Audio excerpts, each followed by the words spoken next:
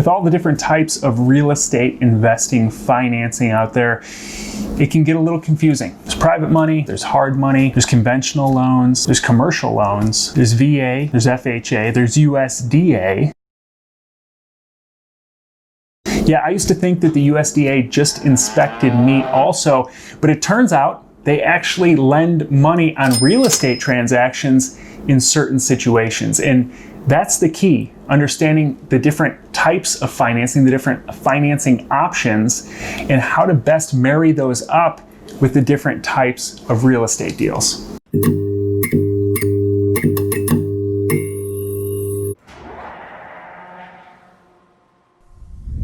In last week's video, I talked about the long-term financing options. And for rental property owners, this is some of the best financing that exists. This is your conventional bank loans, your FHA, your VA, and yes, even your USDA loans. In this week's video, I'm going to dive into the two main types of short-term financing that you'll come across in the real estate investing world, and potentially how you can utilize these on your next project.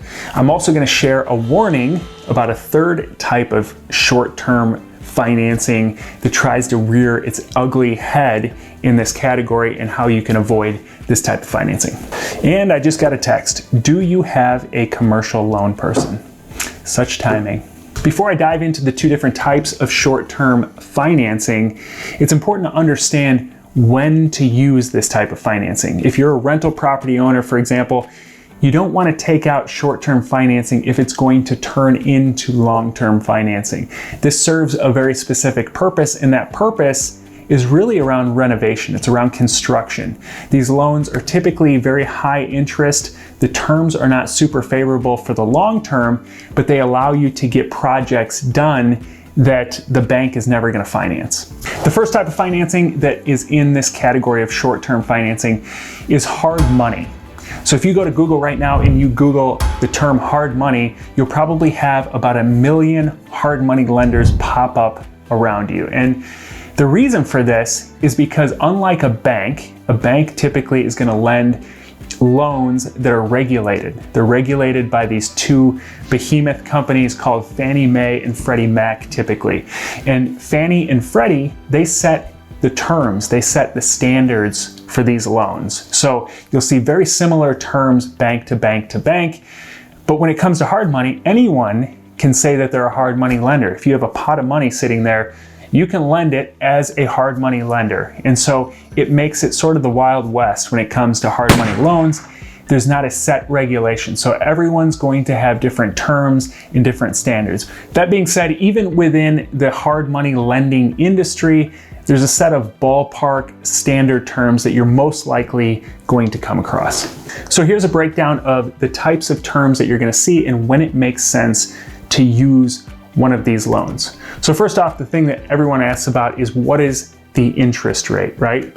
So on hard money loans, typically you're going to see an interest rate of anywhere from 10% on the low side all the way up to 14% interest rate, which seems astronomical in a situation like we're in today, where interest rates on long-term financing are 2 to 3 to 4% potentially. So interest rates are much higher on a hard money loan, and on top of this, most likely you're going to pay points up front. A point is just 1% of the total loan amount. So if you're borrowing $100,000, a 1 point charge means that they're going to charge you $1,000 when that loan closes.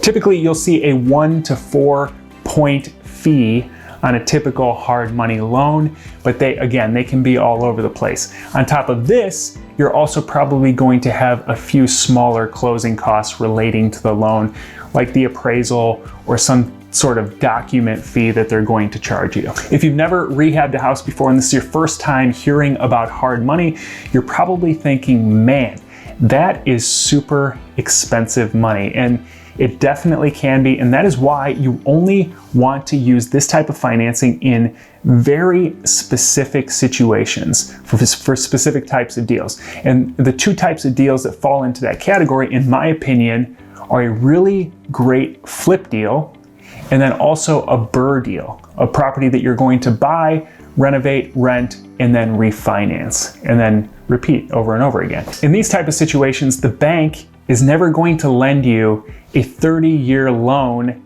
on a property that needs a full rehab, because they're going to send out an appraiser and the appraiser is going to say this property is a piece of crap, and the bank's going to think this is much too high of risk. And so you're going to need another lender to step in who's equipped to lend on a very high risk property. And as a result, they're going to want more reward for that extra risk. So you can approach a hard money lender with the details of the specific deal, and they'll analyze that specific deal and they'll lend you money on a short-term basis. Usually it's 6 months or less that they want to see you in and out of this deal, and they'll lend it to you based on the financials of that property, because they know that you're buying it well under market value, and they know that you're going to turn around and they'll release money to you as you're rehabbing that property and improving the value, so that eventually you can stabilize the property and you can refinance it into a much lower interest loan for a longer period of time.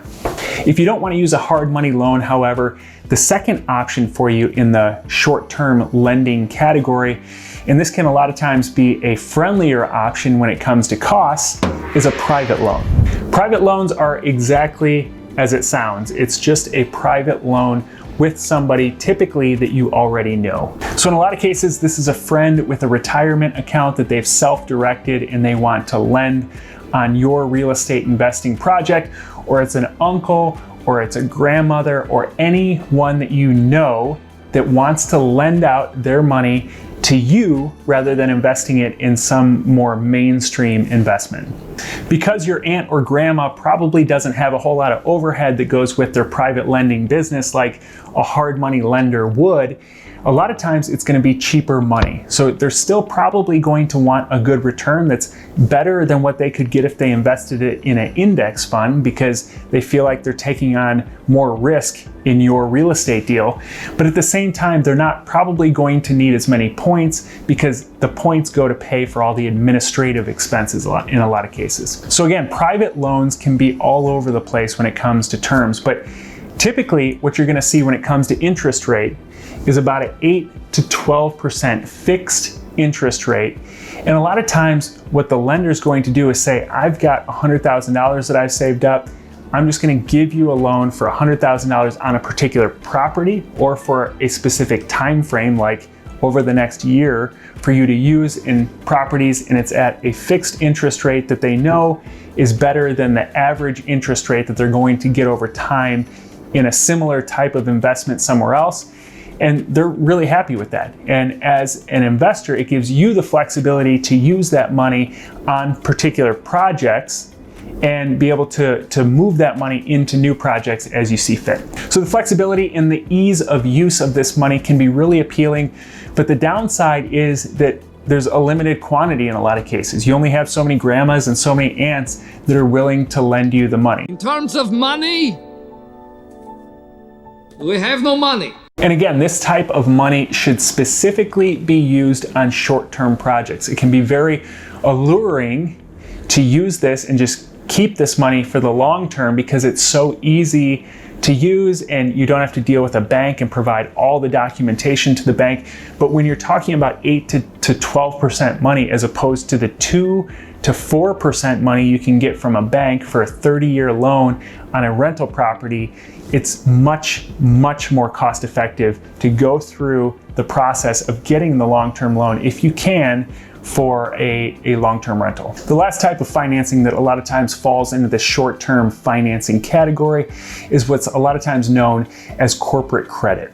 This one should come with the biggest warning label, and I say that because I fell for this scam when we were first starting our business way back in the day. So the way this works is that these corporate credit companies sell particularly new investors or new entrepreneurs who are starting a business on this whole idea that they need to raise corporate credit. And really what the corporate credit is that you're raising are corporate credit cards. So they tell you they're going to get you a whole bunch of corporate credit, and really what they're doing is they're going out to different financial institutions and they're applying for credit cards on your behalf or on your business's behalf. that you are going to be responsible for. And they apply for them all at once so that the different companies don't know that you're applying for a whole bunch of them. So they try to get you as much as they possibly can all at once. The only catch is that there's going to be an enormous fee for them doing this. I love money. I love money. And typically the fee is tied to how much they can get you, which seems, fair.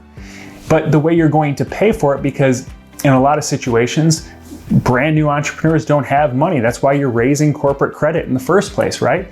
So they do you a solid and they charge you this 10, 15, 20% fee on the credit card that they just got you. So you get this credit card at a super high interest rate. There's an introductory rate, and then it shoots up to this super high interest rate. And then they charge this massive fee on the card so you can start paying interest on that fee in the short term. So there's probably situations where this could be beneficial, but almost every single investor or entrepreneur that I've talked to that have gone down this road, including myself, have regretted it.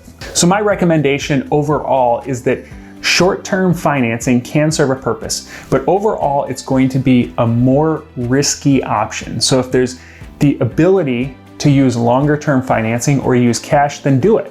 But in a lot of cases, that's just not an option. And so that's when short-term financing becomes a great option, especially for those construction projects. So hopefully this has been helpful when trying to identify the different types of financing that exist, because I know it can get confusing. If you like this video, hit the like button. Also comment below and let me know what your biggest takeaway was, and if you have any questions or an idea for an upcoming video. Also, hit the subscribe button to be notified when future videos come out. I release videos on this channel on a weekly basis. Speaking of which, you can click on one of the videos that just popped up to my right. I hope to see you in the next video.